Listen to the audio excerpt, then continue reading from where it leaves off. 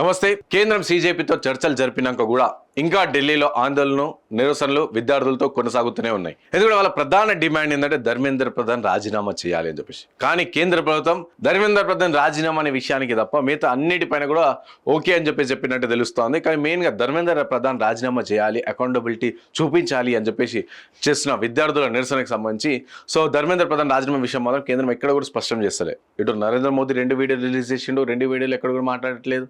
అంటే అలా బీజేపీ పార్టీకి సంబంధించిన వాళ్ళు ఎవరు కూడా మాట్లాడట్లేదు.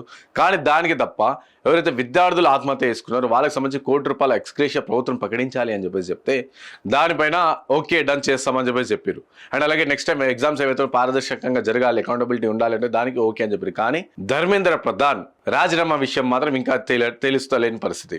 సో నిన్న ధర్మేంద్ర ప్రధాన్ సంబంధించి ఆయన ప్రధానంగా మాకు ఫస్ట్ ధర్మేంద్ర ప్రధాన్ రాజీనామా కావాలి అని చెప్పేసి ఇటు సీజేపీకి సంబంధించిన స్పోక్స్ పర్సన్స్ అడిగితే దాన్ని ఈరోజు మధ్యాహ్నం వరకు టైం ఇవ్వండి, ఆలోపు చెప్తామని చెప్పి చెప్తారు. అయితే దీన్ని బట్టి క్లియర్గా ఏం అర్థమవుతుంది అంటే ధర్మేంద్ర ప్రధాన్ రాజీనామా చేసే ఛాన్సులు కనిపిస్తున్నాయి. అంటే వీలైనంత ఎక్కువ బీజేపీ పార్టీ కాపాడే ప్రయత్నం చేసింది. కానీ ఈ ఉద్యమం సీజేపీ లాగా మొదలైన ఉద్యమం విద్యార్థులందరూ తమ చేతిలోకి తీసుకుని దేశవ్యాప్తంగా ప్రతి ఒక్క రాష్ట్రాలలో స్వచ్ఛందంగా ఈ ఉద్యమాన్ని తీసుకెళ్లి కంప్లీట్గా ఈరోజు ఫైనల్గా కేంద్రం పీఠమే కదిలించే పరిస్థితికి వచ్చింది. ఇప్పుడు ధర్మేంద్ర ప్రధాన్ ఈరోజు మధ్యాహ్నం వరకు ఏదో ఒకటి చెప్తాము, రాజీనామా చేసేంత వరకు మాత్రం వదిలే ప్రసక్తే లేదని సీజేపీ క్లియర్గా చెప్పేసింది. అండ్ విద్యార్థులు కూడా ధర్మేంద్ర ప్రధాన్ రాజీనామా చేసేంత వరకు ఇక్కడ జంతర్ మంతర్ నుంచి మేము జరగమని చెప్పేసి కళాఖండిగా చెప్పేశారు. ప్రభుత్వం ఒకవైపు రాజీనామా చేస్తుందా లేదా, కానీ విద్యార్థుల నుంచి వస్తున్న డిమాండ్ మాత్రం కంప్లీట్గా ఏదేమైనా సరే రాజీనామా చేసేంత వరకు మేము ఇక్కడ నుంచి జరగం. ఎందుకంటే ఇది ఇప్పటి సమస్య కాదు, గత 12 ఏళ్ల సమస్య, నెక్స్ట్ ఫ్యూచర్ సమస్య.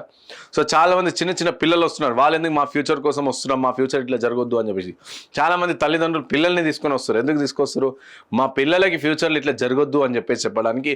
దానికి తల్లిదండ్రులు ఆ పిల్లల on behalf of their children the parents are protesting.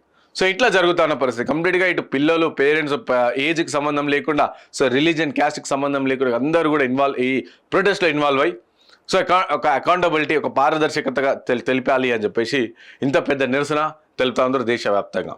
ఇంకోవైపు నిన్న మాట్లాడుతూ మన దేశ ఆర్థిక శాఖ మంత్రి నిర్మలా సీతారామన్ ఉన్నారు, ఆమె కూడా రిజైన్ చేసి డిమాండ్ చేస్తే బాగుంటుంది.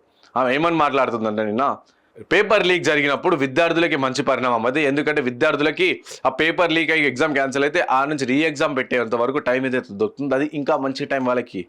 టైం దొరుకుతుంది కదా చదువుకోవడానికి, అట్లా ఎందుకు ఆలోచించారు అని చెప్పి ఆమె మాట్లాడుతున్న పరిస్థితి. రైట్.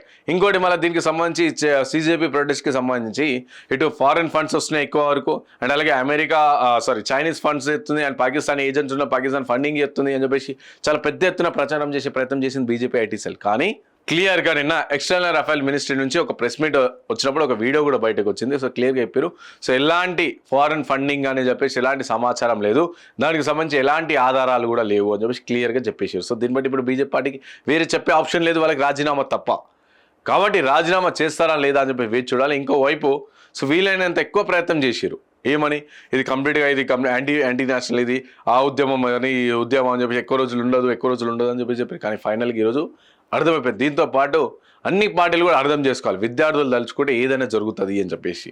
ఇటు కాంగ్రెస్ రేపు అధికారంలో వద్దామనుకుంటే కాంగ్రెస్ అయినా సరే, లేకుంటే తెలంగాణ రాష్ట్రంలో బీఆర్ఎస్ అయినా సరే, ఇతర పార్టీలు అయినా సరే, బీజేపీ అయినా సరే, ఎవరైనా సరే అధికారంలోకి వచ్చి మేము అది చేసామని కాకుండా చేయిస్తామని చెప్పి చేయకుండా ఉంటే మరో జెన్జీ ఉద్యమం ఇదే విధంగా జరుగుతుందని చెప్పేసి వాళ్ళు ఇప్పటికైనా సరే గుణపాఠాలు నేర్చుకొని ఫ్యూచర్ తరానికి భరోసా కల్పించాలని చెప్పేసి చాలామంది విద్యార్థులు కోరుకుంటున్నారు.